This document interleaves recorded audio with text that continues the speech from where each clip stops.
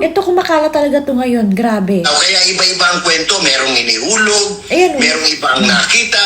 Ngayon may mga lumalabas naman that she was spotted in Europe. Ayun, no? buhay pa eh. Hindi talaga I ito don't know whether in pinalabas ng conference Pegi. with Saldico or with Secretary Vince Dizon, who was reported yesterday to be in Paris. Ito po kasi Oh, ito maraming pa, mga ito pa. kumakausap Ito sa ang akin best. at sa kanya na huwag ilabas ang mga files na ito dahil marami pong mga taong nakapangalan sa listahang ito. Ayun. At siguro naman po nakikita ng publiko na ang importanteng topic ay hindi Yes, true. ang mga files ko, Yung kung laman. hindi ang laman ng mga files na ito na may kopya din ang DPWH na ibigay nila sa ombudsman. Ayun. Kaya ang tanong na lang, bakit nila hindi inilalabas ang mga files na ito? Ayun. Kaya tama ka po, ito po ay patunay na authentic ang listahang ito. So, ayan yung dalawang panonoorin natin ngayon. Itong padalawang beses na itong sinabi ni Jay Sonsa na iba-iba yung lumalabas kung ano talaga yung nangyari kay Yussi Cabral kasi nga hindi naman kasi talaga pinakita eh. Kahit burol, wala. Kung ano na bang nangyari, binigay na ba dun sa pamilya, wala. Parang tahimik na lang. Parang talagang kaduda-duda, no? Sabi, iba daw yung nakita na bangkay. Tapos, inihulog ba talaga? Tapos ngayon nga, merong nagsasabi na hindi lang siya yung nagsasabi niyan na may nakakita nga sa Paris, France. Hindi alam kung baka daw nakikipagkita kay Saldico or kay Vince Dizon kasi nandun din daw si Vince Dizon sa Paris eh. O diba, medyo tagilid to. So eto pa yung isa naman kay Kong Libeste. Ang sinasabi niya kasi ang dami ng ano sa kanya, pinupukol na talagang pinipilat na palabasin itong mga tao sa listahan na sinasabi niya na hindi authenticate yung na parang pinilit lang daw niya nakuhanin. So ito dito sa video na to sinasabi niya na may talaga siya, may approval talaga siya sa DPWH na makuha yung files na yon. Kaya ito papanoorin natin. Sinasabi din niya dito na bakit hindi pa nasagot at hindi talaga inilalabas ni Vince Dizon kasi nga maraming pumipigil sa kanila. Kaya nga hindi siya magalaw-galaw. Kaya iba-iba ang kwento. Merong inihulog, merong ibang nakita. Ngayon may mga lumalabas naman that she was spotted in Europe. Ito. I don't know whether in conference Ayan, with marami nagsasabi Saldico yan. or with Secretary Vince Dizon, who was reported yesterday to be in Paris. Kami ni Undersecretary Cabral dahil naglalakad kami at hawak ko yung papel at discuss nga po namin. And I vehemently deny any allegation that I illegally obtained documents from the DPWH because these were given to me with the approval of Secretary Vince Dizon. And it took him a number of days to even reply to my initial Facebook post. I have also been saying since November in public that I have had these. And I have also been discussing with him since September the public release of these files. And ang katotohanan po kasi maraming mga kumakausap sa akin at sa kanya na huwag ilabas Yung mga ang mga nasa files na ito listahan. dahil marami pong mga taong nakapangalan sa listahang ito. At siguro naman po nakikita ng publiko na ang importanteng topic ay hindi ang mga files ko, Yes. kung hindi ang laman ng mga files na ito na may kopya din ang DPWH na ibigay nila sa ombudsman. Kaya ang tanong na lang, bakit nila hindi inilalabas ang mga files na ito?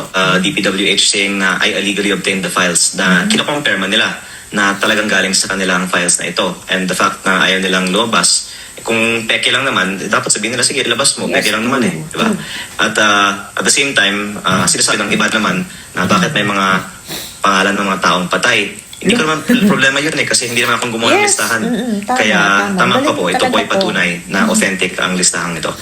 Gustong-gusto kong i-ethics nila ako para may laban. oportunidad ako na ilabas lahat ng mga alam ko tungkol sa mga gawain sa takot Kongreso. sila eh, walang Kasi alam niyo sir, nung dito eh. Lunes, gusto ko sana mag-privilege speech.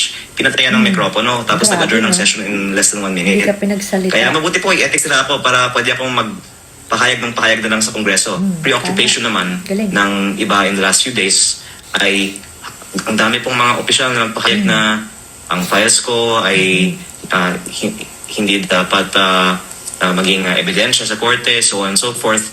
Parang pinapakita nila na ayaw nila talagang sugpuin ng korupsyon. Gusto lang nilang i-control ang investigation. Kaya ko po naisip noon pa na importante na makuha ang files bago umalis ng DPWH si yung Undersecretary Cabral dahil ang potential for cover-up and for others to alter the files is great. Ngayon, hindi naman pag iniwala ng kopya ng files ko kung hindi tugma ng lahat ng ibang mga files. Yes. Pero kung maraming mga may kopya ng file, tapos yung file na ilalabas ay iba, pwede nating ngayon i-check and balance kung inalter yung laman ng file. So, ayun na nga, grabe, no? Akala ko yung mga ganyan na nangyayari ngayon sa Pilipinas ay nangyayari lang sa mga pelikula. Yung mga palalabasin na nategi, grabe talaga yung politika dito sa Pilipinas. Akalain mo yan, umabot na sa ganyan na totoo naman na nakakaduda yung pagka wala na sinabi, hinulog daw, tinegi. Wala namang maipakitang siya talaga. Ba't hindi maipakita? Ang laking usapan yan. Talagang pinag-uusapan niya ng mga tao. Tapos ngayon nga, hindi lang yan si Manong J ang nagsasabi na nasa ibang bansa nga daw, na ispatan nga daw doon. Maraming kumakalat ngayon na sinasabing buhay nga daw na nasa ibang bansa lang, hindi maintindihan kung nakikipag-deal ba kay Saldico or doon sila nag-uusap ni Vince Dizon. Kasi nga nandun din siya may nakakita rin. Kasi hindi makakalusot din yung mga yun kahit pa magtago sa ibang bansa. May makakakita at makakakita, pwera na lang magpapalit sila ng mga pagmumukha nila. O, diba? Grabe, sobrang lala. As in, kung umabot na sa ganyan, talagang lahat ng way ay talagang gagawin na nila. Makaligtas lang dito sa iskandalong to. Pero hindi naman kasi tanga at bobo yung mga tao. Alam nilang totoo yung mga nangyayaring yan. Kaya, kahit anong pakulo, magtagumpay man sila sa ngayon. Mabubuking at mabubuking pa rin yan, hindi man ngayon ay sa mga susunod na mga panahon, di ba? So, ang ano na lang ngayon talaga, matapos to kahit pa paano, para makabawi. Mawala yung mga buhayan yan, kasi sobra-sobra talaga. Kita mo yung sinasabi ni Kong Lebeste nga na, yung files na yon, ang dami nilang sinasabi na bakit na may mga patay na nakalagay doon. So, hindi niya yung problema kasi yung nakuha niyang files, hindi naman siya yung gumawa nun Ang importante, yung nasa loob nun. At ngayon nga, ang sinasabi niya na, kaya hindi mailabas ni Vince Dizon kasi nga maraming pumipigil sa kanila na wag ilabas. So bakit ayaw niyo ilabas? Kung nandun kayo at wala kayong masamang ginawa, bakit ayaw niyo ilabas, 'di ba? Yun lang naman yun Kung wala kayong ginagawang masama at kaya niyo namang patunayan na maayos naman at mga project yun, 'di ba? Kung maayos naman, bakit kayo matatakot? Ibig sabihin talaga may ginawa kayong kagagalitan kayo ng mga tao na ayaw niyo makita at mabulgar. Kaya ayaw nyo. Yun lang yun Kaya sabi nga ni, di ba't ang pilit na sinasabi dito kay Kong Lebeste parang pinilit lang daw na kunin. Pinilit o hindi, ibig sabihin, authenticate na galing talaga doon yung files na yon. Tapos eto nga, nung sinasabi niya, sinagot niya na may video sila, na magkausap pa sila ni Yussi Cabral nung kinuha niya yung files na yon. Tapos sasabihin, sapilitan, buti na lang may CCTV at may video na ganun. Paano kung wala? Paano niya sasagutin? So, ito si Kong Lebeste, handa siya sa lahat ng mga tanong sa kanya. Walang lusot yung mga pinagsasabi sa kanya na dati ang sabi ni Terry Ridon may hawak daw palang files, ba't hindi ilabas? Tapos ngayon, nung ilabas niya, ay hindi daw naman authenticate. Ang dami nilang palusot na lahat naman ay palpak. Kaya yan, pahinga ngayon. Yan yung last na last na interview niya. Pero ang sabi nga niya, papahinga lang siya. Pero tuloy-tuloy kasi kailangan malaman ng mga tao to. So ang galing. Yan nga ang sinasabi nila ngayon si Kong Miao, si Kong Kiko Barsaga, saka ito si Kong Lebeste. Pag-asa ng Pilipinas kahit pa paano. Kasi mga bata pa itong mga to Ito yung mga dapat na maging talaga. Maging leader ng bansa natin kung ganyang may paninindigan. Di ba? Bata pa lang sila. Alam na nila yung tama sa kadireksyon. Saka ito ang galing nito Saka hindi yan basta politikong umaasa lang sa sweldo. Hindi nga niya kinuha yung bonus na binibigay sa kanila. Kasi nga, billionaire na yung batang yan. Diyos me. Hindi siya, sabi nga ni Atty. Rowena na, baka kayo umaasa lang dyan sa mga nakukuha nyo sa Congress.